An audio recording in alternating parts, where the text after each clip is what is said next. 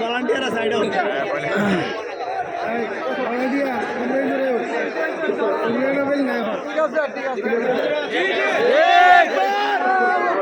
আর কোন শব্দ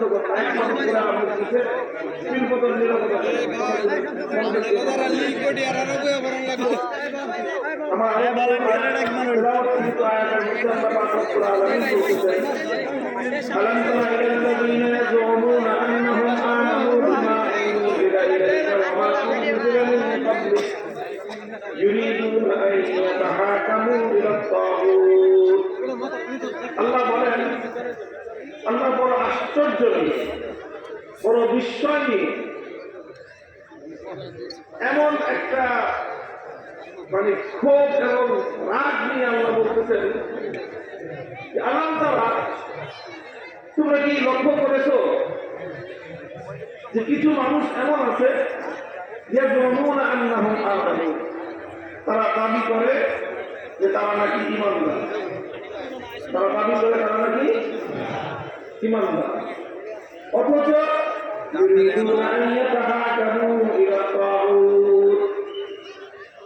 ঈমানদার পরিচয় দেয়, অথচ তারা তাগুতের কাছে বিচার করে। আল্লাহ বলতেছেন নিজেদেরকে ঈমানদার বলে পরিচয় দেয়, আবার তাগুতের সিদ্ধান্ত মানে। অর্থাৎ কোরআনের অর্থ হল যে ব্যক্তি ঈমানদার হবে সে পশ্চিমকাল তাগুতের কাছে বিচার চাইতে পারে না, তাগুতকে বিশ্বাস করতে পারে। যে তাগুতকে বিশ্বাস করবে সে ঈমানদার হতে পারে। এটা হল আলো অন্ধকারের মতো, যেখানে আলো থাকে সে একই জায়গায় অন্ধকার হতে পারে, আর যদি অন্ধকার থাকে আলো হতে পারে। একই সময়ে রাত আর দিন একত্রিত হতে পারে, রাত শেষ না হলে দিন আসতে পারে। তো ঠিক এরকমই আলো আর অন্ধকার যেরকম একত্রিত হতে পারে না, রাত আর দিন যেমন এক জায়গায় এক সময় একত্রিত হতে পারে না, ঠিক তদ্রুপ আল্লাহর উপর ঈমান আর তাগুতের উপর বিশ্বাস এটাও একজন মানুষের মধ্যে একত্রিত হতে পারে। অথচ আল্লাহ নিজে আশ্চর্য হচ্ছেন, নিজে আল্লাহ বিশ্বাস প্রকাশ করছেন অসংখ্য অগণিত মানুষ এমন আছে যে তারা নিজেদেরকে ঈমানদার বলে দাবি করে, মুমিন মুসলমান বলে নিজেদের পরিচয় দেয়, অথচ তারা তাগুতের উপর বিশ্বাস করে। কথাটা কত পরিষ্কার যে আল্লাহর উপর ঈমান যদি থাকে তাগুতকে বিশ্বাস করা যাবে না, আর তাগুতের উপর যদি বিশ্বাস থাকে আল্লাহর উপর ঈমান হতে পারে না। যেটা পরিষ্কার কথা। কোরআনে পাকের মধ্যে আল্লাহ পাক বিভিন্ন জায়গায় একই কথা বলেছেন। فَتَبَيَّنَ الرُّشْدُ مِنَ الْغَيِّ فَمَن يَكْفُرْ بِالطَّاغُوتِ وَيُؤْمِن بِاللَّهِ فَقَدِ اسْتَمْسَكَ بِالْعُرْوَةِ الْوُثْقَى। আল্লাহ বলেন যে তাবাইয়ান الرُّشْدُ مِنَ الْغَيِّ, কোনটা হেদায়েত আর কোনটা গোমরাহি, তাই আপনার গ্রহণ করবেন। কোনটা হেদায়েত কোনটা গোমরাহি, কোনটা সঠিক পথ কোনটা ভুল পথ, তাবাইয়ানা দিবালোকের ন্যায় পরিষ্কার। ফামাইয়াক কুরবিত তাগুত ওয়া ইউমিন বিল্লাহ, যে তাগুতকে অস্বীকার করবে আর আল্লাহর উপর ঈমান আনবে সে ব্যক্তি কেবলমাত্র মুক্তি পাবে। কথা পরিষ্কার। অন্য এক জায়গায় আল্লাহ বলেন আল্লাযীনা আমানু ইউকাতিলুনা ফী সাবিলিল্লাহ ওয়াল্লাযীনা কাফারু ইউকাতিলুনা ফী সাবিলিত তাগুত। যারা ঈমানদার তারা লড়াই করে আল্লাহর পথে, যারা বেঈমান তারা লড়াই করে তাগুতের পথে। হক আর বাতিলের লড়াই তো চলছে এবং চলবে, কোনদিন হক আর বাতিলে আপোষ হতে পারে না। হক এবং বাতিলে কোনদিন লড়াই থামতে পারে না। সুতরাং যতদিন পৃথিবী আছে ততদিন হক বাতিলের লড়াই আছে। একদিকে আল্লাহর পথের পথিকরা আল্লাহর জন্য লড়বে, আরেকদিকে তাগুতের পথের পথিকরা তাগুতের পথে লড়বে। এই লড়াই চলছে, কিয়ামত পর্যন্ত চলবে। কথাগুলো কোরআনে পাকের একটা আয়াত একেবারে জলজল করতেছে কোরআনে পাকের মধ্যে। আপনারা হয়তো এখন পর্যন্ত আমার কথা শুনে মনে করতে বলতে তাগুতটা কি, এটাই তো কথা। এই তাগুতের পরিচয় দেওয়া লাগবে আপনাদের কাছে, কারণ তাগুতের পরিচয় না দেওয়া থাকার কারণে অসংখ্য অগণিত মানুষ এই ঝামেলার মধ্যে পড়ে আছে যে তারা আল্লাহর উপরে নিজেদেরকে ইমানদার বলে তারা পরিচয় দেয়, আবার তারা তাগুতের ফান্দে আটকা পড়ে আছে। অথচ একজন ব্যক্তি আল্লাহর উপর ইমান থাকলে তাগুতের উপর তার বিশ্বাস থাকতে পারে না। কোরআনে পাকের অসংখ্য আয়াতের মধ্যে আল্লাহ পাক রব্বুল আলামিন এই তাগুত শব্দটি ব্যবহার করেছেন। এই জন্য কাদিমান ওয়া হাদীসান সর্বযুগে যারা কোরআনে পাক নিয়ে আলোচনা করেছেন, তাফসীর করেছেন, তারা তাগুতের সংজ্ঞা এবং তার পরিচয় দিয়েছেন। মা হুয়া তাগুত, তো তারা সমস্ত মুফাসসিরিনগণ তাগুতের যে পরিচয় দিয়েছেন সেটার সারমর্ম যদি আমি আমার সহজ ভাষায় বলতে চাই, তাহলে আমি আপনাদেরকে অতিরিক্ত একটা কথা আগে বলে তারপরে আমি তার পরিচয়টা বোঝাচ্ছি। আপনারা গায়রুল্লাহ বুঝেন? কে কে বুঝেন আন্দোলন? তো সবাই বুঝেন, এটা ঠিক আছে, নানা হাত না। গায়রুল্লাহ মানে হলো এই মহাবিশ্বের মধ্যে আল্লাহ কয়জন? এক আল্লাহ ছাড়া বাকি যা কিছু আছে সব হলো গায়রুল্লাহ। আল্লাহ ছাড়া যা আছে সব কি গায়রুল্লাহ। এবার হাত তোলেন, কে কে গায়রুল্লাহ বুঝছেন? পুরা মজমা, মাশাআল্লাহ, হাত নামান। গায়রুল্লাহ তো বোঝা গেল। গায়রুল্লাহ কি? গায়রুল্লাহ মানে কি? আল্লাহ ছাড়া। গায়রুল্লাহ মানে আল্লাহ ছাড়া যা আছে সব কি? আসমান কি, জমিন কি, মানুষ কি, জিন ফেরেশতা সব কি, নবী ওলি দরবেশ যা আছে সব কি, সব গায়রুল্লাহ একদিকে, আর আমার আল্লাহ শুধু একা। তো বোঝা গেল গায়রুল্লাহ। এবার বুঝলেন তাগুত কি জিনিস। তাগুত হলো যে কোন গায়রুল্লাহকে যদি আল্লাহর জায়গায় বসানো হয়, কোন গায়রুল্লাহকে যদি আল্লাহর জায়গায় বসানো হয়, তাহলে সেই গায়রুল্লাহকে বলা হয় তাগুত।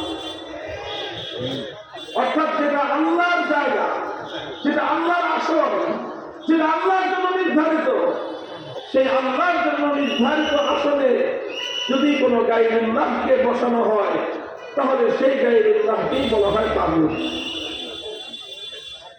বুঝতে পেরেছেন? দৃষ্টান্ত দিয়ে বোঝায়। যেমন ধরেন, এই মহাবিশ্বের মধ্যে ইবাদতের মালিক কয়জন? ইবাদতের উপযুক্ত কয়জন? কে? আল্লাহ। ইবাদতের উপযুক্ত একমাত্র আল্লাহ। লা ইলাহা ইল্লাল্লাহ, নাই কোনো মাবুদ আল্লাহ ছাড়া। এই নাই কোনো মাবুদ এক আল্লাহ ছাড়া। অর্থাৎ ইবাদতের হকদার, ইবাদতের উপযুক্ত, ইবাদতের মালিক একমাত্র আল্লাহ। তাহলে ইবাদতের এই আসনটা কার জন্য নির্ধারিত? আল্লাহ। এখন কেউ যদি আল্লাহকে বাদ দিয়ে অন্য কোন গায়রুল্লাহর ইবাদত করে, পূজা করে, তাহলে সেই গায়রুল্লাহকেই বলা হয় তাগুত। যেমন সেজুনের কিছু মানুষ আল্লাহকে বাদ দিয়ে লাত, মানাত, উজ্জা, হুবাল এই সকল দেব দেবতার পূজা করত, ইবাদত করত। তাহলে ইবাদতের মালিক একমাত্র কে ছিলেন? আল্লাহ। আল্লাহকে বাদ দিয়ে যখন লাতকে পূজা করা হলো, তখন লাত হলো তাগুত। আল্লাহকে বাদ দিয়ে যখন মানাত, উজ্জা অথবা হুবালের পূজা করা হলো, তখন এই লাত, মানাত, উজ্জা, হুবাল এই সমস্ত দেবতাগুলোকে বলা হয় তাগুত। বর্তমান যুগে লাত, মানাত, উজ্জা, হুবাল নাই। এখন মানুষ পূজা করে দুর্গা দেবতার, এখন মানুষ পূজা করে সরস্বতী, কালী ইত্যাদি নামক বিভিন্ন দেবতার। তো ইবাদতের একমাত্র মালিক কে? আল্লাহ। আল্লাহকে বাদ দিয়ে যখন মানুষ দুর্গার পূজা করলো, তখন দুর্গাকে বলা হয় তাগুত। আল্লাহকে বাদ দিয়ে যখন মানুষ যখন কালী, সরস্বতী ইত্যাদি মূর্তিগুলোর পূজা করে, তখন সেই সকল মূর্তিগুলোকে বলা হয় তাগুত। বুঝা গেল? কথা বুঝতেছেন আপনারা? জবাব দিয়ে বুঝার জন্য বলতেছি, শোনার জন্য বলতেছি না। এই কথা বুঝতেই হবে আজকে মুসলমানদেরকে, না বুঝলে উপায় নাই, মুক্তির উপায় নাই। তাহলে আল্লাহ বলতেছেন, তুমি যদি ইমানদার হতে চাও, তুমি যদি ইমানের দাবিতে সত্যবাদী থাকতে চাও, এক আল্লাহরই ইবাদত করতে হবে, কোন গায়রুল্লাহর এক মুহূর্তের জন্য ইবাদত করা চলবে না। কেউ যদি গায়রুল্লাহর এক মুহূর্তের জন্য ইবাদত করে, এরপরে সে আল্লাহর যতই ইবাদত করুক না কেন, সে পশ্চিমকালেও ইমানদার হবে না, সে একত্ববাদে বিশ্বাসী নয়, বরং সে তাগুতে বিশ্বাসী। একটা লোক মনে করে 5 ওয়াক্ত নামাজ পড়ে, শুধু ফরজ নামাজ না, আগে পরে যত সুন্নাত আছে সব পড়ে, 6 রাকাত আউয়াবিনের নামাজ পড়ে, 8 রাকাত তাহাজ্জুদের নামাজ পড়ে, 4 রাকাত ইশরাকের নামাজ পড়ে, 4 রাকাত তাশতের নামাজ পড়ে, 2 রাকাত জাওয়ারের নামাজ পড়ে, যত রকম নফল নামাজ আছে সব পড়ে। 23 ঘন্টা 55 মিনিট সে শুধু আল্লাহর ইবাদত করে, আর 5 মিনিট দুর্গার পূজা করে। এবার বলেন, এই লোকটা ইমানদার না বেঈমান? সন্দেহ আছে কারো কোনো? এই লোককে বেঈমান বলার জন্য কোনো যুক্তি হিসাবে দরকার আছে না। এই লোকে বেঈমান ফতোয়া দেওয়ার জন্য আপনারাই যাবে, কারণ সবাই জানে। আচ্ছা 5 মিনিট করলো না, 1 মিনিট করলো, তাহলে ইমানদার না বেঈমান? তাহলে 23 ঘন্টা 59 মিনিট শুধু আল্লাহর ইবাদত করলো, আর প্রতিদিন 1 মিনিট করে দুর্গা অথবা কালী অথবা সরস্বতী অথবা অন্য কোনো দেবতা অথবা চন্দ্রে অথবা সূর্যে অথবা আগুনের পূজা করে, ইমানদার না বেঈমান? এটি আল্লাহ বলেছেন। আল্লাহ এটাই বলেছেন যে আমার ইবাদত করবা, আমার তাগুতের পূজা করবা, এই দুটো কোনোদিন একসাথে হতে পারে না। তাহলে আমি তাগুতের কি পরিচয় দিয়েছি? যে আল্লাহর স্থানে যদি গায়রুল্লাহকে বসানো হয়, সেই গায়রুল্লাহকে বলা হয় তাগুত। যেমন ইবাদতের উপযুক্ত একমাত্র কে? এটাকে বলা হয় আল্লাহর একত্ববাদ। কি বলা হয়? আল্লাহর একত্ববাদ। আরবি শব্দ হলো তাওহীদ। তাওহীদ, তাওহীদ মানে একত্ববাদ। এটাকে বলা হয় তাওহীদ ফিল ইবাদত। ইবাদতের মধ্যে আল্লাহর একত্ববাদকে না মানলে একজন মানুষ যত ইবাদত করুক, যত নামাজ পড়ুক, যতবার হজ করুক, যত কোটি টাকা দান খরচা করুক, সে ইমানদার না বেঈমান? মুহতারাম হাজিরিন, ইবাদতের মধ্যে যেরকম একমাত্র আল্লাহকে মানতে হয়, ইবাদতের মধ্যে আল্লাহকে যেরকম, আল্লাহর সঙ্গে যেরকম অন্য কাউকে শরীক করা যায় না, অন্য কোনো কাউকে এক মুহূর্তের জন্য ইবাদতের মধ্যে আল্লাহ শরীক করবে, তাহলে আর সে একত্ববাদী থাকে না, সেই লোকটা মুশরিকে পরিণত হয়। কারণ সে মুশরিক কেন? কারণ সে একত্ববাদের তাওহীদের ইবাদতের মধ্যে এসে আল্লাহ তাওহীদকে মানে থেকেই গেল। ইবাদতের মধ্যে যেরকম আল্লাহ এক এবং অভিন্ন, আল্লাহ এক এবং অদ্বিতীয়, এটাকে বলা হয় তাওহীদ ফিল ইবাদাহ। ঠিক তদ্রুপ আমার আল্লাহ রব্বুল আলামিনের আরেকটা তাওহীদ আছে, একত্ববাদ রয়েছে, সেটাকে বলা হয় তাওহীদ ফিল হাকিমিয়া। তাওহীদ ফিল হাকিমিয়া অর্থ হলো আসমান এবং জমিন, মহাবিশ্ব, গোটা এই সৃষ্টি জগতের মধ্যে আইন তৈরি করবার, বিধান তৈরি করবার চূড়ান্ত ক্ষমতা, প্রশ্নহীন ক্ষমতা একমাত্র কার? আইন করতে পারবে একমাত্র কে? বিধান তৈরি করার একমাত্র চূড়ান্ত ক্ষমতা কার? আল্লাহ। এই যে ইবাদতের মালিক যেমন একমাত্র আল্লাহ, এটাকে বলা হয় ইবাদতের তাওহীদ। আইনও একমাত্র তৈরি করতে পারবেন কে? আল্লাহ। এটাকে বলা হয় হুকুমের তাওহীদ, হুকুম করার তাওহীদ। ইবাদত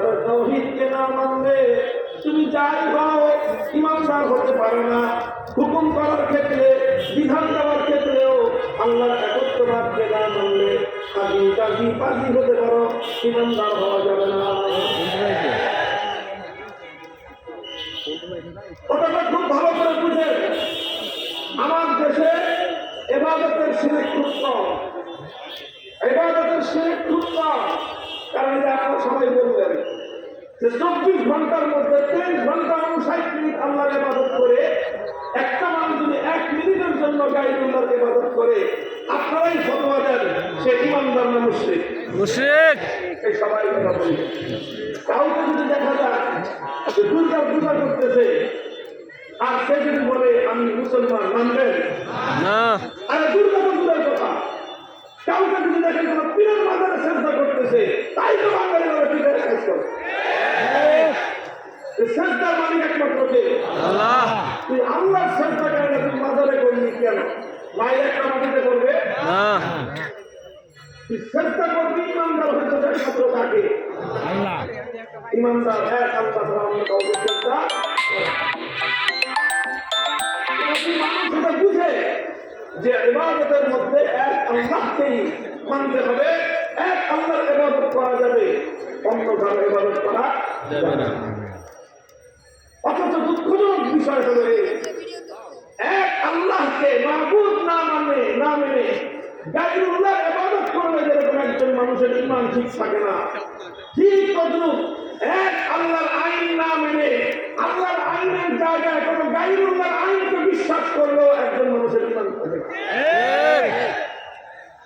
মুহতারাম হাজিরিন, এখন কেউ বলতে পারেন যে তাহলে মানুষ কি কোনো আইন করতে পারবে না, মানুষ কোনো বিধান দিতে পারবে না? এই প্রশ্নের জবাব হলো হ্যাঁ, মানুষ আইন করতে পারবে, বিধান দিতে পারবে একটা শর্তে। কয় শর্তে? কয় শর্তে? এক শর্তে। সেটা হলো মানুষ এমন আইন করতে পারবে যে আইন আল্লাহর কোন আইনের বিরোধী হতে পারবে। মানুষ বিধান দিতে পারবে, তবে মানুষ আল্লাহর বিধানের বিরুদ্ধে কোনো বিধান দিতে পারবে না। যদি কোনো মানুষ আল্লাহর কোন আইনের বিরুদ্ধে কোনো আইন করে, সঙ্গে সঙ্গে সে তাগুত হয়ে যায়। কোন মানুষ যদি আল্লাহর কোন বিধানের বিরুদ্ধে কোনো বিধান তৈরি করে, সঙ্গে সঙ্গে সে তাগুতে পরিণত হয়। এই জন্য চূড়ান্ত ভাবে, প্রশ্নহীন ভাবে, আনচ্যালেঞ্জেবল, যার আইনের কেউ চ্যালেঞ্জ করতে পারবে না, তিনি একমাত্র কে? আল্লাহ। সুতরাং আল্লাহর আইনের বিরুদ্ধে যে আইন করবে সেই তাগুত। আল্লাহর আইনের বিরুদ্ধে যদি কোন রাজা বাদশা আইন করে, সেই রাজা বাদশাকে বলা হয় তাগুত। আল্লাহর আইনের বিরুদ্ধে যদি কোন রাষ্ট্রপতি আইন জারি করে, সেই রাষ্ট্রপতিকে বলা হয় তাগুত। আল্লাহর আইনের বিরুদ্ধে যদি কোন প্রধানমন্ত্রী কোন আইন জারি করে, সেই প্রধানমন্ত্রীকে বলা হয় তাগুত। আল্লাহর আইনের বিরুদ্ধে যদি কোন মন্ত্রী পরিষদ কোন আইন অনুমোদন দেয়, সেই মন্ত্রী পরিষদকে বলা হয় তাগুত। আল্লাহর আইনের বিরুদ্ধে যদি কোন আদালত, কোন বিচারপতি, কোন বিচারালয় যদি কোন আইন দেয়, তাহলে সেই বিচারপতি আর বিচারালয়কে বলা হয় তাগুত। আল্লাহর আইনের বিরুদ্ধে যদি কোন আইন পরিষদ, কোন সংসদ যদি কোন আইন পাস করে, সেই গোটা সংসদকেই বলা হয় তাগুত। এখানে কথার মধ্যে কোন অস্পষ্টতা নাই। সংসদ আইন পাস করতে পারবে, কিন্তু আল্লাহর বিরুদ্ধে আইন পাস করবার কোন অধিকার কোন মাখলুকের নাই। যেই মাখলুক আল্লাহর বিরুদ্ধে আইন পাস করবে, সেই মাখলুক হলো তাগুত। সেই তাগুতকে যারা বিশ্বাস করবে, তারা সব মুশরিক এবং বেঈমান। মুহতারাম হাজিরিন, আইন করবেন চূড়ান্ত ভাবে একমাত্র কে? আল্লাহ। যারা এক আল্লাহর আইন মানবে তাদেরকে বলা হয় একত্ববাদী, ঈমানদার। আল্লাহর আইনের বিরুদ্ধে যারা আইন করবে তাদেরকে বলা হয় তাগুত। তাগুতের আইন যারা মানবে তাদেরকে বলা হয় মুশরিক। মুহতারাম হাজিরিন, এইবার যদি আপনারা তালাশ করেন আপনাদের সমাজে এই ঈমান এবং এই যে তাওহীদ এবং তাগুতের যে পরিচয় আমি দিলাম, এই পরিচয়ের ম্যাগনিফাইং গ্লাস দিয়ে, এই পরিচয়ের যদি আপনি এই পরিচয়ের গ্লাস দিয়ে, ম্যাগনিফাইং গ্লাস দিয়ে, দূরবীন দিয়ে যদি আপনি খুঁজেন, আপনার সমাজে অসংখ্য অগণিত হাজি পাবেন বেঈমান। হজ করবে মানুষ ইমানদার হলে আবু জাহাল আপনার চেয়ে আমার চেয়ে কয়েক গুণ বেশি হজ করেছে। কমপক্ষে না হলে 50 বার হজ করছে সে জীবনে। করার পর ইমানদার না বেঈমান? তো হজ করলেই মানুষ ইমানদার হয় না, তাহাজ্জুদের নামাজের সময় যায় নামাজটা হজ করলেই মানুষ ইমানদার হয় না। ইমানদার হওয়ার জন্য সর্বপ্রথম আপনাকে আল্লাহর একত্ববাদে বিশ্বাসী হতে হয়। ইমানদার হতে হলে সর্বপ্রথম তাওহীদকে বিশ্বাস করতে হয় এবং তাওহীদ সেটা ইবাদতকে যেরকম বিশ্বাস করতে হয়, তাওহীদ সেটা আকিদাকে বিশ্বাস করতে হয়। তাওহীদ সেটা ইবাদত, ইবাদতের একত্ববাদকে না মানলে একজন মানুষ যেরকম একত্ববাদী বিশ্বাসী ইমানদার থাকতে পারে না, আইন তৈরি করবার ক্ষেত্রেও আল্লাহ তাওহীদ সেটা আকিদাকে না মানলে একজন মানুষ ইমানদার এবং বিশ্বাসী থাকতে পারে না, সে মুশরিক এবং তাগুতে পরিণত হয়।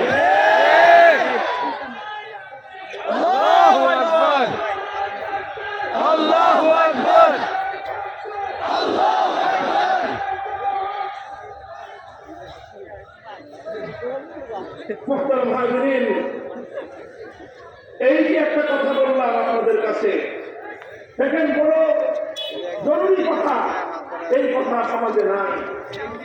তাগুতের দাপটে কেউ আর তাগুতের পরিচয় সমাজের কাছে বলে না। গত 15 বছর ধরে ফ্যাসিবাদী স্বৈরাচারী শক্তিকে মানুষ ফ্যাসিবাদী বলার সাহস পাইছে না, কেউ ফ্যাসিবাদী বলার সাহস পায় না, কেউ তাকে স্বৈরাচারী বলার সাহস পায় নাই।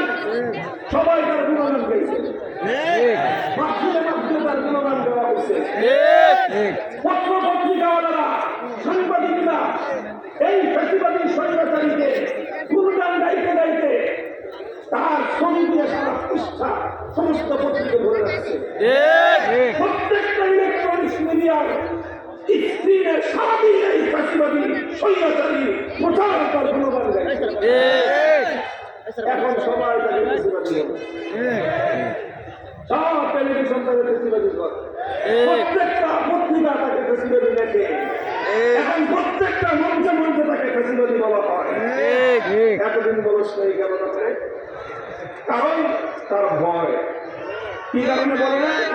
তার ভয়ে, তার প্রভাবের কারণে বলে না। ঠিক আজ আমি আপনাদের সামনে যে কথা বললাম, এই সমাজকে তাগুত গ্রাস করে নিয়েছে, এই জন্য এই সমাজ তাগুতের পরিচয় তুলে ধরে না। আমাদেরকে সাহস করতে হবে, হিম্মত করতে হবে, সমাজ থেকে তাগুতের শেকড় শুদ্ধ করে ফেলতে হবে।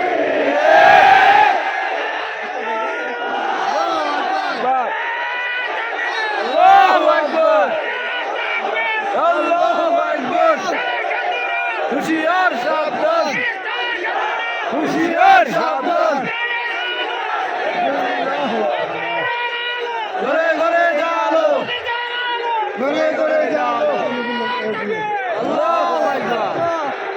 মুহতারাম হাজিরিন, দেখেন আল্লাহর আইনের জায়গায় মানুষের বানানো আইন যখন দেওয়া হয়, তো আল্লাহর আইনের জায়গায় যে মানুষরা আইন বানায় সেই মানুষগুলোকে বলা হয় তাগুত।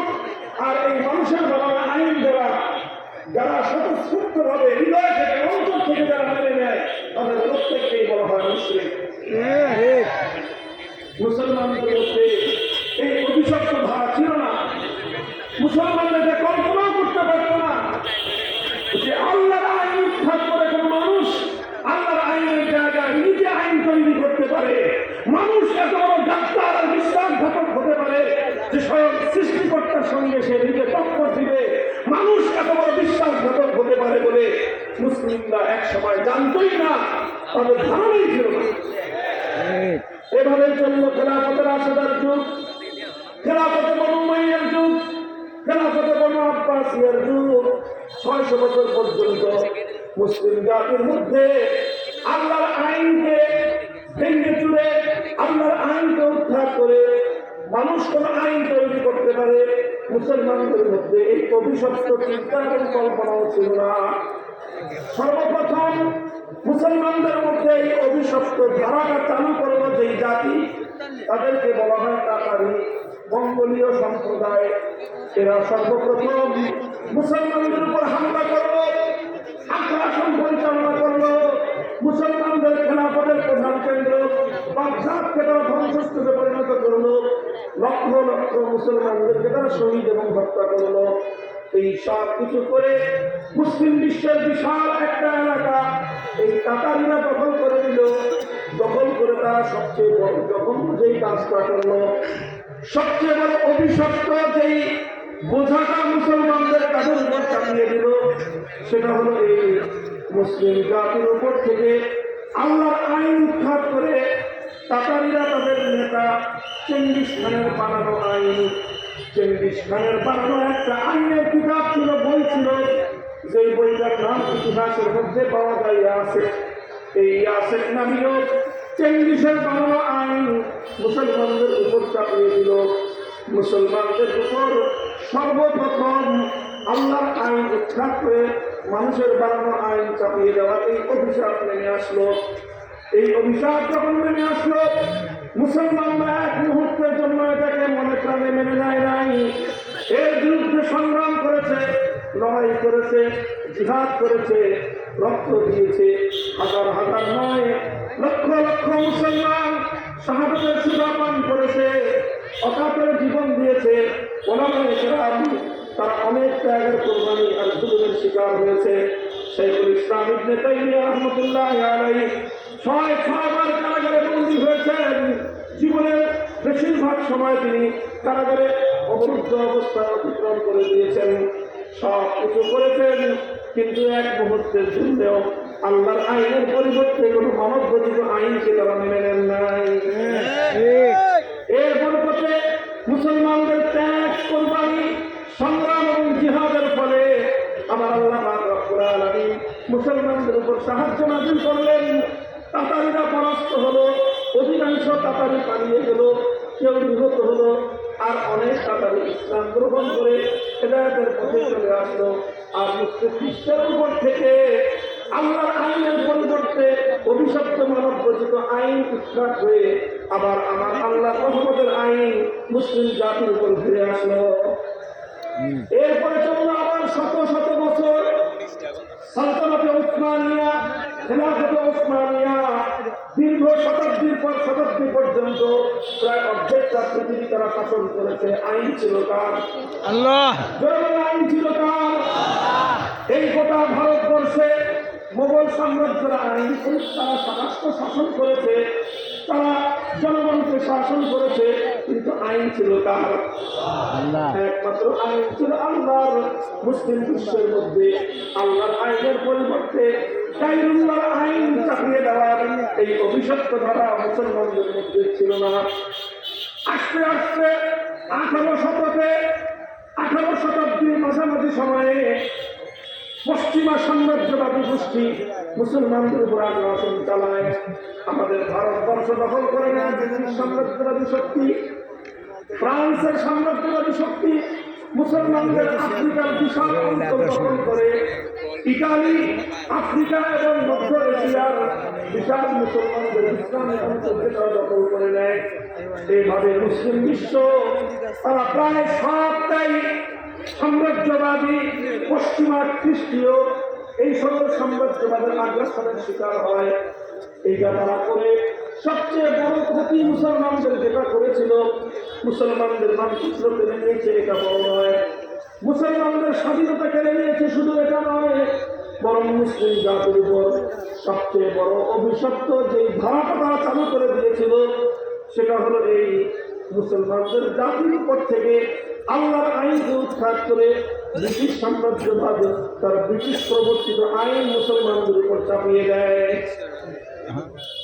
এটা 1857 সাল। 1757 সালে ব্রিটিশরা এদের দখল করা শুরু করে। এইভাবে চলতে চলতে গোটা ভারতবর্ষ, যেটা এক সময় মুসলমানদের অধীনে ছিল, সেই ভারতবর্ষ চলে যায় ব্রিটিশের অধীনে। আর যেখানে আল্লাহর আইন ছিল, আল্লাহর আইন উৎখাত হয়ে ব্রিটিশের আইন চালু হয়ে যায়। যখন ব্রিটিশ তার আইন এভাবে চালু করে দেয়, তখন 1803 সালে এই ভারত উপমহাদেশের একজন সিংহ শাসদুল, একজন বাঘের বাচ্চা, যুগের শ্রেষ্ঠ আলেম শাহ আব্দুল আজিজ মুহাদ্দিস দেহলভী রাহমাতুল্লাহি আলাইহি, তিনি একটা ফতোয়া জারি করেন। কি জারি করেন? একটা ফতোয়া জারি করেন। তার সেই ফতোয়াটা ছিল এই যে এখানে মুসলমানরা যতই সংখ্যায় থাকুক, মুসলমানরা সংখ্যায় যত থাকুক, মুসলমানরা যতই নামাজ পড়তে পারুক, যতই হজ করতে পারুক, ব্রিটিশরা এই দেশ থেকে হজে যাওয়ার জন্য জাহাজের ব্যবস্থা করত, মুসলমানদেরকে জাহাজে হজে পাঠাতো, সব ছিল, মুসলমানরা নামাজ পড়তে পারতো, হজ করতে পারতো। শাহ আব্দুল আজিজ বললেন, মুসলমান আছে, নামাজ আছে, ইবাদত আছে, সব ঠিক আছে, শুধু একটা জিনিস নাই, জমিন কার? এখানে আল্লাহর আইন নাই, আল্লাহর আইনের জায়গায় ব্রিটিশের আইন আছে। সুতরাং তিনি বললেন যে দারুল ইসলাম, ইসলামের দেশ ওই দেশকে বলা হয় যে দেশে শুধু মুসলমান থাকে না, বরং যে দেশে আইন চলে কার? আল্লাহ। সেই দেশে আইন চলে আল্লাহ, সেই দেশটাকে বলা হয় দারুল ইসলাম। সেই দেশে মুসলমান কম থাকুক বা বেশি থাকুক, মুসলমান 10% থাকতে পারে, 20% থাকতে পারে, 40-50% থাকতে পারে, কিন্তু আইন যেখানে চলে আল্লাহ, সেই দেশটাকে বলা হয় ইসলামের দেশ। আর যে দেশে মুসলমান যতই থাকুক, মুসলমান 50%, 60%, 80%, 90% থাকতে পারে, কিন্তু সেখানে আইন যদি না হয় আল্লাহর, সেখানে আইন যদি আল্লাহর না হয়ে গায়রুল্লাহর আইন হয়, সে দেশকে ইসলামের দেশ বলা হয় না, সেই দেশটাকে বলা হয় দারুল হারব, অর্থাৎ সেটা শত্রু কবলিত দেশ। আর সেই শত্রুর কবল থেকে মানব রচিত আইনকে উৎখাত করে আবার আল্লাহর আইন বাস্তবায়ন করার জন্য সে দেশে জিহাদ করা প্রত্যেক মুসলমানের জন্য ফরজে আইন। এই ফতোয়া দিলেন শাহ আব্দুল আজিজ রহমতুল্লাহ আলাইহি 1803 সালে। মুসলমানরা জিহাদের প্রস্তুতি নিল, কেন? যে ব্রিটিশের আইন উৎখাত করে আবার আল্লাহর আইন ফিরিয়ে আনতে হবে, এজন্য মুসলমানরা প্রস্তুতি নিল। 1831 সালে বালাকোটের জিহাদ হলো, শহীদ হলেন সৈয়দ আহমদ রহমতুল্লাহ আলাইহি। 1857 সালে সামরিক জিহাদ হলো, শহীদ হলো হাফেজ কামিল শহীদ রহমতুল্লাহ আলাইহি। মুসলমানরা রক্তের সাগর প্রবাহিত করলো, ঘরে ঘরে ইতিম হলো আলেম ওলামাদের সন্তানেরা, ঘরে ঘরে বিধবা হলো আলেম ওলামাদের স্ত্রীরা, ঘরে ঘরে কোন খালি হলো মুসলমানদের মায়েদের, রক্তের সাগর প্রবাহিত করলেন। কিন্তু এক মুহূর্তের জন্য আল্লাহর আইনের পরিবর্তে কোন গায়রুল্লাহর আইনকে মুসলমানরা মেনে নেয়। 1866 সালে দারুল উলুম দেওবন্দ প্রতিষ্ঠা করা হয়, 80 বছর সংগ্রাম করা হয়। শাইখুল হিন্দ মাহমুদ হাসান দেওবন্দির নেতৃত্বে আন্দোলন চলে, সংগ্রাম চলে, লড়াই চলে, যুদ্ধ চলে। এভাবে সংগ্রাম করতে করতে 80 বছরের সংগ্রামের পর 1947 সালে ব্রিটিশরা এই দেশ ছেড়ে পালিয়ে যেতে বাধ্য হয়। ব্রিটিশরা যখন এই দেশটা ছেড়ে চলে যায়, তখন এই দেশের মানুষ দুই জাতিতে বিভক্ত। এই দেশে গোটা ভারতবর্ষের কথা বলছি, শুধু বাংলাদেশ না, গোটা ভারত, এই আমাদের উপমহাদেশ ভারত, পাকিস্তান, বাংলাদেশে গোটা অঞ্চল মিলায়ে এই অঞ্চলে এক জাতি ছিল হিন্দু, আরেক জাতি ছিল মুসলিম। তখন প্রশ্ন আসলো, এই দেশটা কি আমরা হিন্দু আর মুসলিম মিলে একসাথে পরিচালনা করব, না আলাদা মুসলমানদের জন্য দেশ হবে? হিন্দুরা বললো যে একসাথেই থাকি, একসাথে থাকলে দেশটা বড় হবে। আর হিন্দুদের সংখ্যা মুসলমানদের তুলনায় বেশি ছিল, সেই হিসেবে তারা মনে মনে মন করা পেয়েছে যে দেশ যদি একসাথে বড় থাকে, সংখ্যা আমরা বেশি বড় দেশের সাম্রাজ্য আমরা চালাবো। মুসলমানরা, অধিকাংশ মুসলমানরা চিন্তা করলো এবং তারা সিদ্ধান্ত নিল, আমাদের এত বড় দেশের দরকার নাই, আমাদের এত শক্তিশালী রাষ্ট্রের প্রয়োজন নাই, আমাদের এত বিশাল অর্থনৈতিকভাবে সমৃদ্ধ দেশের প্রয়োজন নাই। আমরা এমন একটা দেশ চাই, মানচিত্রের আকারে সেটা ছোট হতে পারে, দেশ হিসেবে সেটা ছোট হতে পারে, অর্থনৈতিকভাবে সেটা দরিদ্র এবং দুর্বল হতে পারে। আমরা 3 বেলার জায়গায় প্রয়োজনে 1 বেলা খাবো, খেতে না পারলে প্রয়োজনে আমরা পেটে পাথর বাঁধবো, আমরা ত্যাগের কোরবানি স্বীকার করবো, সব কিছু মেনে নিব। কিন্তু আমরা এমন একটা ভূখণ্ড চাই, যে ভূখণ্ডের আইন হবে আল্লাহর, সংবিধান হবে আল কোরআনের।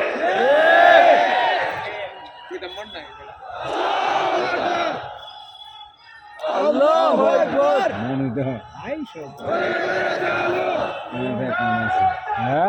আল্লাহু আকবার। আল্লাহু আকবার। মুসলমানরা এই জন্য অনেক ত্যাগ স্বীকার করলো। শুধুমাত্র একটা বিষয় তাদের চাহিদা ছিল, মুসলমানদের একটাই স্বপ্ন ছিল, মুসলমানদের হৃদয়ে একটাই আকাঙ্ক্ষা ছিল, অনেক খেতে হবে, অনেক করতে হবে, অনেক টাকার মালিক হতে হবে, অনেক ক্ষমতার মালিক হতে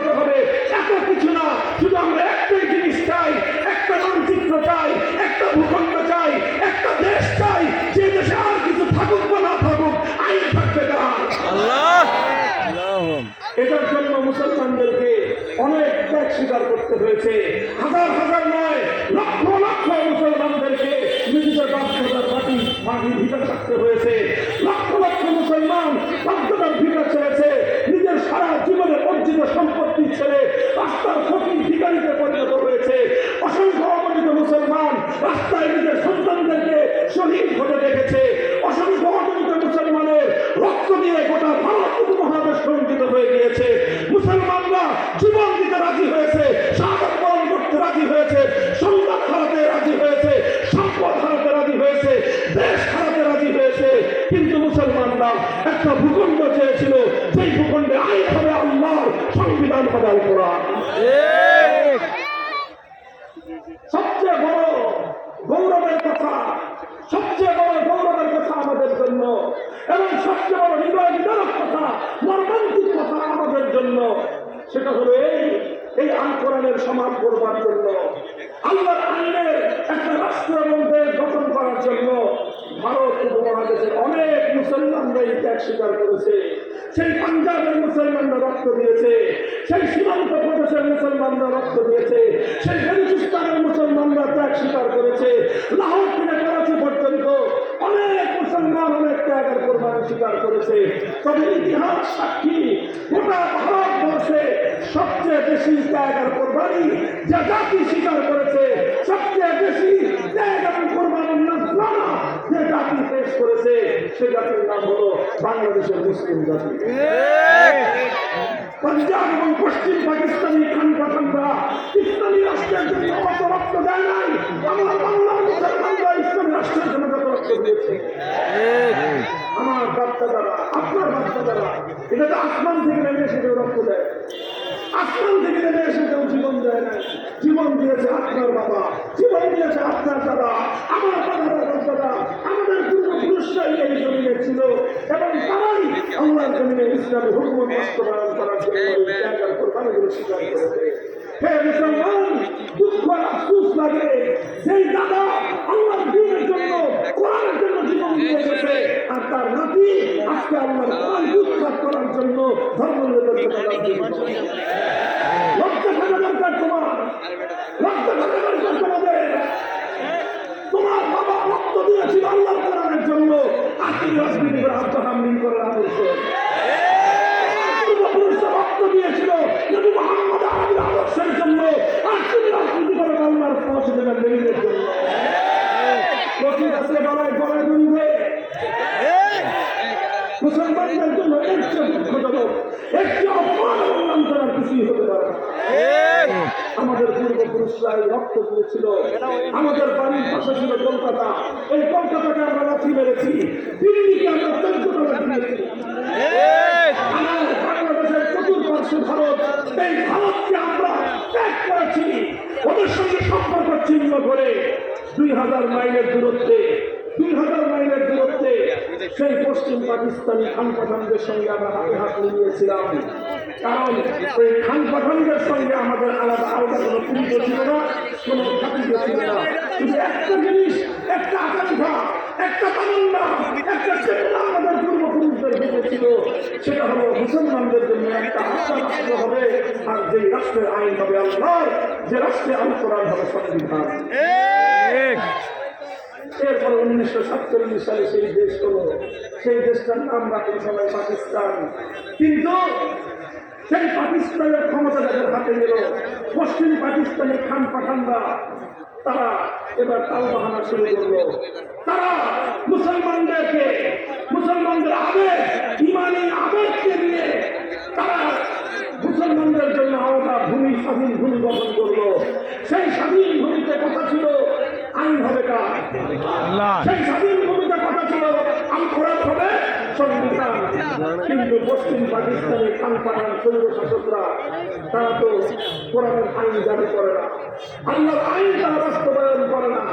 আমাদের আলেম ওলামারা বলল, কি ব্যাপার রাজনৈতিক লিডার সাহেবরা, কথা ছিল তো আল্লাহর আইন দিয়ে দেশ চলবে, এখন আপনারা ব্রিটিশের বাংলা আইন দিয়ে দেশ চালাচ্ছেন কেন? তখন তারা জবাব দিল যে হুজুর, ইসলামের আইন কিন্তু কঠিন, আর রাষ্ট্রটা এখন শিশু, এই শিশু রাষ্ট্র কঠিন আইন দিয়ে চালানো সম্ভব না। কঠিন আইন দিয়ে চালাতে গেলে এখন আমাদেরকে পশ্চিমা বিশ্ব তারা সাহায্য সহযোগিতা করবে না, এই শিশু রাষ্ট্র আমরা বাসায় রাখতে পারবো না। হুজুর বললেন ঠিক আছে, তাহলে তাড়াতাড়ি করেন, তাড়াতাড়ি করেন।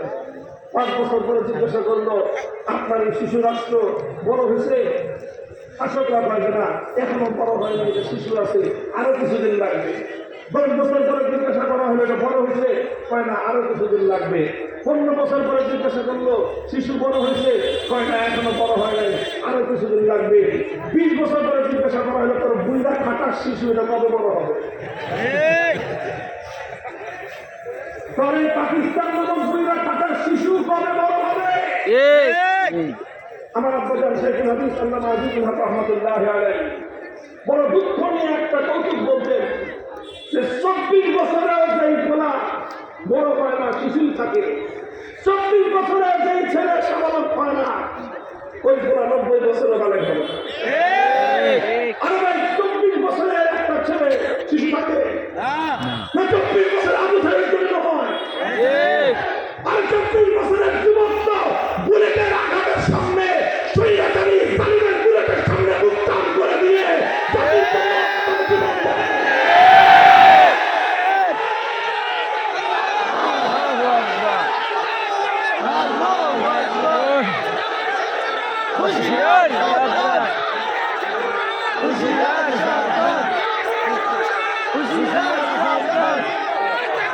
আল্লাহু আকবার।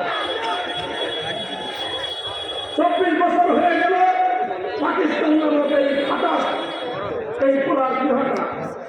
আরে কি হয় না? বড় হয় না। কোরআনের আইন দিতে আরো সময় লাগবে। হুজুররা বললেন যে যেই পোলা 24 বছরের সাবালক হয় নাই, এইরকম অকর্মণ্য পোলা আমাদের প্রয়োজন নাই। ভেঙে টুকরো করে দাও পাকিস্তান। মানুষ স্বাধিকারের আন্দোলন করার জন্য, স্বাধিকারের জন্য তারা মাঠে নামলো। সেই সময় একজন নেতা, যিনি 1947 সালে মুসলিম লীগ করতেন, 1947 সালে তিনিও জাতির সঙ্গে ওয়াদা করেছিলেন যে দেশে যদি মুসলমানদের আলাদা রাষ্ট্র হয়, কোরআনের শাসন হবে। সেই নেতা 70 সালে এসে বললেন যে আপনারা আমাকে ভোট দেন। আপনারা বলছিলেন আপনি কি করবেন? তিনি ওয়াদা করলেন, প্রতিশ্রুতি দিলেন যে আমি পাশ করলে, আমার দল ক্ষমতায় গেলে কোরআন সুন্নাহ বিরোধী কোনো আইন করব না। জানতে চান সেই নেতার নাম? সেই নেতার নাম শেখ মুজিবুর রহমান। তিনি তার জীবনে 2টা পুণ্যময় কাজ করেছিলেন, বড় বড়। একটা হলো 1947 সালে মুসলমানদের জন্য আল্লাহর কোরআনের আইন দ্বারা শাসিত একটা দেশ গঠন করার জন্য মুসলিম লীগ করেছিলেন। আরেকটা জীবনের সবচেয়ে মহৎ এবং নীত কাজ করেছিলেন, 1970 সালে তিনি ওয়াদা করেছিলেন নৌকা মার্কায় ভোট দাও, আওয়ামী লীগ ক্ষমতায় গেলে আমরা কোরআন সুন্নাহ বিরোধী কোনো আইন করব না। আপনাদের বিশ্বাস হয়েছে কথাটা? এটা ইতিহাসে চলন্ত আছে। বাংলাদেশের স্বাধীনতার দলিল করেন 1970 সালে আওয়ামী লীগের যে নির্বাচনী ইশতেহার ছিল, সেখানে স্পষ্ট ভাষায় অঙ্গীকার করা হয়েছে কোরআন সুন্নাহ বিরোধী আইন করা হবে না। মানুষ সিল মারল, জনমের মারা বাক্স ভরে উৎসাহ করছি, নিরঙ্কুশ সংখ্যাগরিষ্ঠতা তিনি পেলেন। কিন্তু পশ্চিম পাকিস্তানিরা ক্ষমতা হস্তান্তর না করে 25শে মার্চ বাংলাদেশের মানুষের উপর ভয়াল কারাগারে নির্বিচারে হত্যাযজ্ঞ চালালো। 26শে মার্চ কালুরঘাট থেকে স্বাধীনতার ঘোষণা দেওয়া হলো। 9 মাস মুক্তিযুদ্ধ চলল। 16ই ডিসেম্বর 71 সাল বাংলাদেশ স্বাধীন হলো। আর এই গোটা সময়টা শেখ মুজিবুর রহমান সাহেব পাকিস্তানে বন্দী ছিলেন। এরপরে তিনি সেখান থেকে মুক্তি পেয়ে তিনি গেলেন লন্ডনে। এরপরে ওনার সঙ্গে ভারতের প্রধানমন্ত্রী তৎকালীন শ্রীমতী ইন্দিরা গান্ধীর যোগাযোগ হলো। ইন্দিরা গান্ধী শেখ মুজিবুর রহমান সাহেবকে বলেছিলেন বাংলাদেশে যাও, যে সে দেশে কেমনে দেশ চালানো জানো তো কেমনে, আমি যেতে বলে দিল।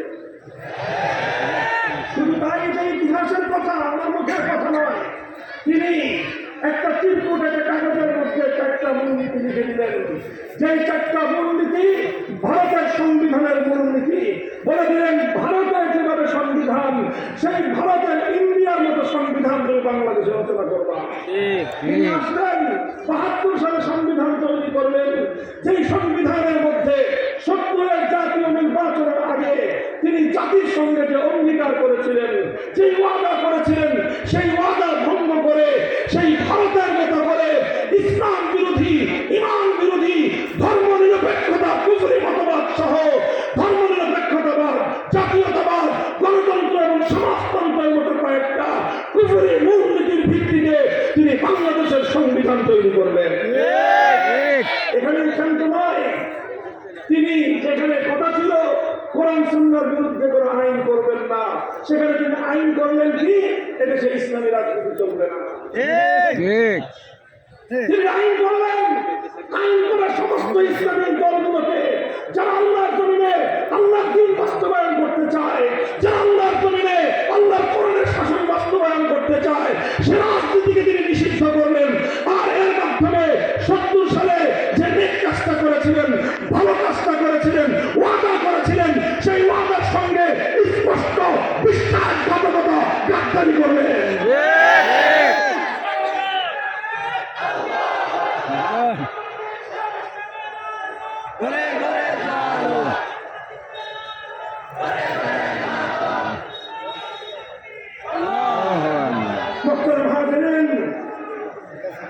এইভাবেই ৭২ সাল থেকে আজ ২০২৪ সাল পর্যন্ত মাঝখানে কিছু কিছু সামান্য পরিবর্তন হয়েছে।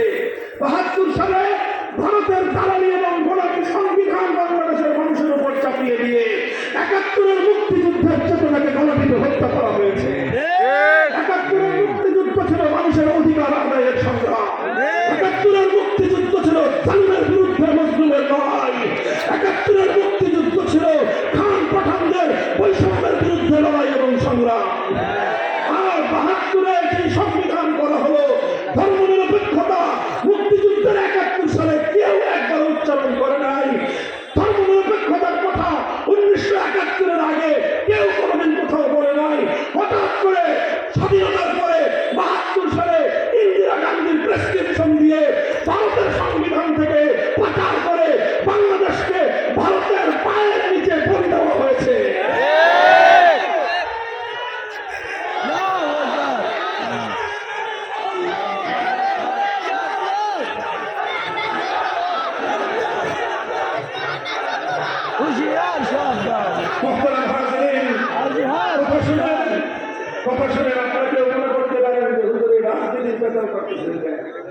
শুনে রাখেন, এটা শুধু রাজনীতি না, এটা এমন এক কথা, এই কথার সঙ্গে এই বাংলাদেশের ১৮ কোটি ইমানদারের ইমানের সম্পর্ক। এই কুফরি সংবিধান যদি আপনারা পরিবর্তন করতে না পারেন, যতই নামাজ হজ রোজা যাই করেন, কিছু না কিছু জায়গায় গিয়ে বাধ্য হয়ে আপনাদেরকে ইসলাম বিরোধী কাজ করতেই হয়।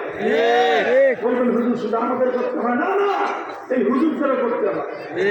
কারণ আমরা সবাই সংবিধানের অধীনে থাকি, আমরা সবাই সংবিধানের অধীনে থাকি। সংবিধানের অধীনে থাকার কারণে আমাদের অধিকার নষ্ট হলে, আমরা কোথাও কোনো অন্যায়ের শিকার হলে আমাদেরকে আদালতে মামলা করতে হয়। অথচ ইসলাম বলেছে, আল কোরআন বলেছে যে আল্লাহর আইন ছাড়া কোন মানুষের বানানো আইনের কাছে বিচার চাইলে সে তাগুত এবং সে কাফেরে পরিণত হয়।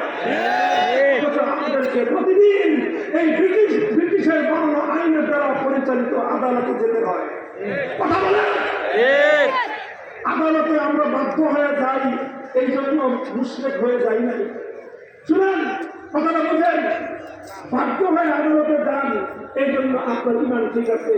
কিন্তু কেউ বাধ্য না হয়ে, কেউ যদি বাধ্য না হয়ে অযথাই মানব রচিত আইনের কাছে বিচার চায়, স্পষ্ট ফতোয়া সে বেঈমানে পরিণত হয়েছে, সে মুরতাদ হয়ে গিয়েছে। কারণ সে আল্লাহর আইন বাদ দিয়ে সে বাধ্য না হয়ে মানব রচিত আইনের কাছে সে বিচার চেয়েছে। এবার বলেন, আমাদের যারা আমরা ৫ ওয়াক্ত নামাজ পড়ি, আমরাও কি পরিপূর্ণ ঈমান নিয়ে থাকতে পারতেছি? যদি মন্ত্রী হয় কেউ, আরে ভাই, বর্তমানে তো আমাদের বাংলাদেশের একজন নাম করা আলেম, আমাদের গোটা বাংলাদেশের আলেমদের মাথার মুকুট বর্তমান ধর্ম উপদেষ্টা আল্লামা আফম খালিদ সাহেব, জবরদস্ত আলেম। তিনি একজন মুহাদ্দিস, বর্তমান সময়ে বাংলাদেশের অন্যতম প্রাচীন মাদ্রাসা জিল মাদ্রাসায় হাদিস পড়া। এত বড় একজন মুহাদ্দিস, তিনি মন্ত্রী হয়েছেন, উপদেষ্টা মানে মন্ত্রী। মন্ত্রী হয়ে ওনাকে বড় মানুষের বেদির উপর ওনাকে সুরের তোলা দিতে হয়েছে, কারণ এটা সাংবিধানিক বাধ্যবাধকতা। অথচ বড় মানুষের বেদির উপর কোন সমস্ত সুদ দেওয়া এটা ইসলাম ধর্ম মতে সম্পূর্ণভাবে খারাপ। এই হারাম কাজটা আমাকে করতে হয়েছে। যারা যারা সংসদে যায়, সংসদ সদস্য নির্বাচিত হয়ে যারা সংসদে যায়, তাদেরকে এমন শপথ বাক্য পাঠ করতে হয় যে শপথ বাক্য পাঠ করলে একজন মানুষের ঈমান ক্ষতিগ্রস্ত হয়। কিন্তু এটা করতে হয় কারণ আমরা এই সংবিধানের অধীনে আছি। কথাটা বুঝতে পারছেন? আচ্ছা, মনে করেন আপনারা এখন যত মানুষ এই সামিয়ানার নিচে আছেন, এই সামিয়ানার উপরে মনে করেন যদি নীল রংটা যে আছে, একটু পানি পড়লেই যদি এই নীল রংটা গলে গলে পড়ে, আর এখন যদি আসমানের উপর থেকে বৃষ্টি হয়, তাহলে আপনারা যত মানুষ আছেন ইচ্ছায় অনিচ্ছায় এই সামিয়ানার রং থেকে, এই ময়লা থেকে আপনারা কেউ মুক্তি পাবেন না। কারণ আমরা তো সামিয়ানার নিচে, আমরা দেশে আছি, আর আমাদের দেশের সংবিধানটা কুফরি সংবিধান হওয়ার কারণে আমি, আপনি, ইমাম সাহেব, মুসল্লি সাহেব, যা আছে, হাজি গাজী, হযরত হুজুর, পীর সাহেব, কেবলা যা আছে সব সহ কোথাও না কোথাও আমাদেরকে ইচ্ছায় হোক অনিচ্ছায় হোক বাধ্য হয়ে হোক আমাদেরকে ইসলাম বিরোধী অনেক কাজ করতে হবে। আমি আপনাদের কাছে জিজ্ঞাসা করতে চাই, আমার পূর্বপুরুষরা যেই কোরআনী শাসনের জন্য জীবন দিয়েছিলেন, আমাদের পূর্বপুরুষরা যেই কোরআনী সংবিধানের জন্য রক্ত দিয়ে, শাহাদাত দিয়ে আমাদের জন্য একটা স্বাধীন মাতৃভূমি মানচিত্রকে তারা অর্জন করেছিলেন, সেই মানচিত্র আর কতকাল ব্রিটিশ প্রবর্তিত কুফরি শাসন দ্বারা, ব্রিটিশ প্রবর্তিত মানব রচিত কুফরি আইনের দ্বারা, ধর্মনিরপেক্ষতার মতো কুফরি সংবিধান দ্বারা আর কতদিন চলবে আপনারা চান? কতদিন চালাতে চান? তাহলে আপনারা কি চান? বসেন।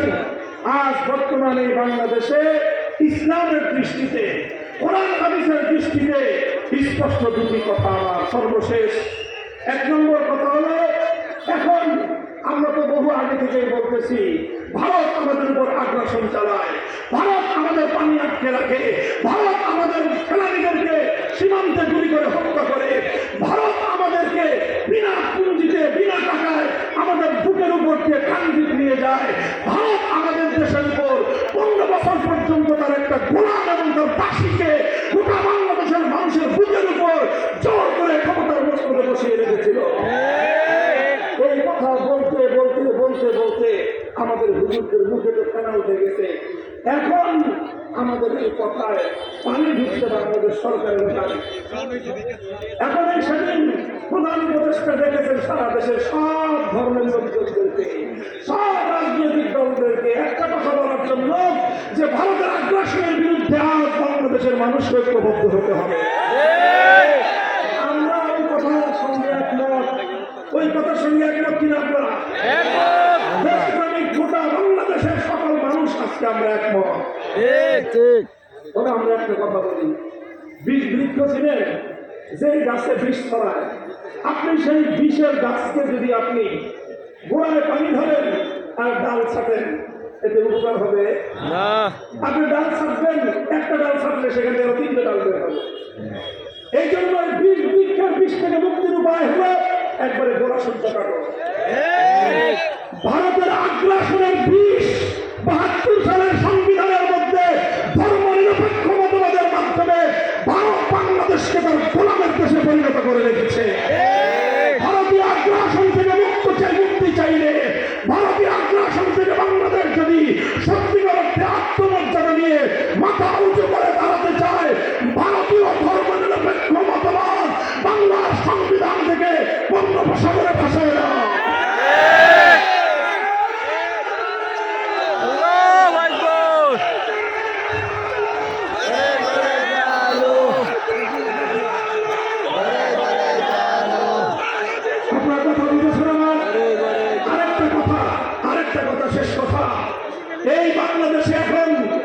বাংলাদেশে এখন একটা আওয়াজ চারিদিকে, সংবিধান সংস্কার।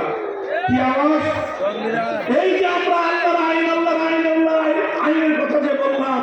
এই সব আইন হয় সংবিধান দিয়ে।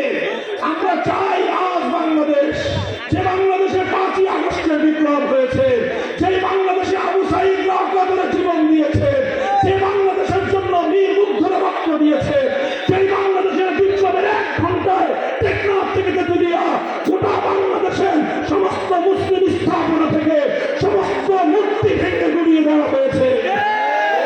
সেই বাংলাদেশের 5ই আগস্টের বিপ্লবের পর আমরা একটা জিনিস চাই, যেটা চেয়েছিল আমাদের বাচ্চারা, যেটার জন্য আমার পূর্বপুরুষরা বালাকোটের রণাঙ্গনে জীবন দিয়েছিল, যেটার জন্য 1857 সালে সামরিক রণাঙ্গনে আমাদের পূর্বপুরুষরা জীবন দিয়েছিল, যেটার জন্য 1947 সালে অসংখ্য মা বোন, অসংখ্য পিতা মাতা তারা তাদের সম্ভ্রম হারিয়েছে, তাদের সম্পদ হারিয়েছে, কলিজার টুকরা সন্তান হারিয়েছে, অনেক কিছু হারিয়ে মুসলমানদের জন্য আলাদা ভূখণ্ড পেয়েছিলাম। আমরা চাই সেই মুসলিম ভূখণ্ডে, সেই মুসলমানদের দেশে এমন একটা আইন অন্তত সংবিধানে সংযুক্ত হোক, যেই আইনের কারণে আর আমাদের মুসলমানদেরকে ইচ্ছা অনিচ্ছায় ইসলাম বিরোধী কুফরি কোনো কাজের সঙ্গে সম্পৃক্ত হতে হয় না। এই জন্য একটা আইন, শুধু ছোট্ট একটা কথা বলবো, আমাদের স্পষ্ট দাবি হলো সংবিধানে এমন একটা ধারা সংযুক্ত করতে হবে, এই দেশে আর কোনো কোরআন সুন্নাহ বিরোধী আইন, আল্লাহর শরিয়াত বিরোধী কোনো আইন, কোনো নীতি, কোনো নীতিমালা, কোনো বিধান কার্যকর হবে না, থাকলে বাতিল বলে গণ্য হবে।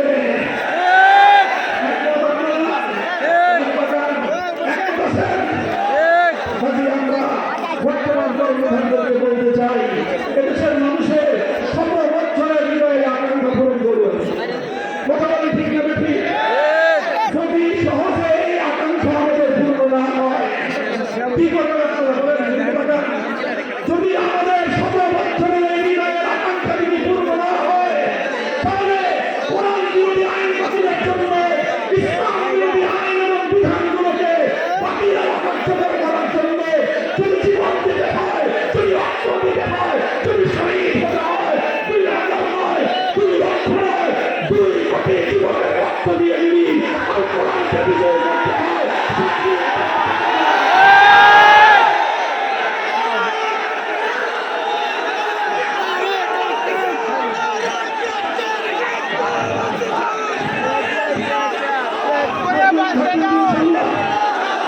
দেখা হবে রাজপথে,